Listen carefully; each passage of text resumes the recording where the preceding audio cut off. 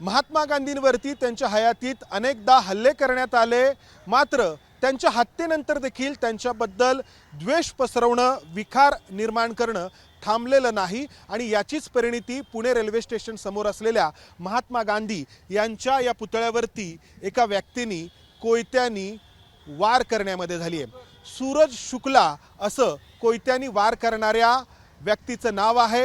हा सूरज शुक्ला मूळचा उत्तर प्रदेशच्या वाराणसीचा आहे।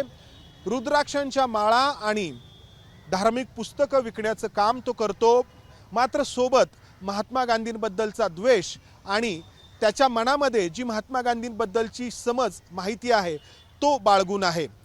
काही दिवसांपासून तो महाराष्ट्रातल्या वेगवेगळ्या ठिकाणी धार्मिक पुस्तकं आणि रुद्राक्षांच्या माळा विकण्याचा प्रयत्न करतो।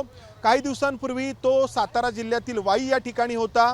तिथे त्यांनी शहाळे कापण्याचा कोयता खरेदी केला आणि हा कोयता घेऊन तो पुण्यामध्ये आला। रविवारी रात्री या पुणे रेल्वे स्टेशन समोर असलेल्या महात्मा गांधींच्या पुतळ्याच्या चौथऱ्यावरती तो चढला आणि या पुतळ्याच्या पायावरती, छातीवरती त्यांनी कोयत्यानी वार केले, मात्र त्याला महात्मा गांधींच्या या पुतळ्याचं डोकं छाटता आलं नाही। त्याचा प्रयत्न या पुतळ्याचं डोकं वेगळं करण्याचा होता। इथल्या लोकांनी ही सगळी माहिती समजल्यानंतर पोलिसांना दिली। पोलीस आले आणि पोलिसांनी या सूरज शुक्लाला अटक केली आहे। हा सूरज शुक्ला कोणत्या संघटनेचा सदस्य आहे का याचा तपास पोलीस करतायत।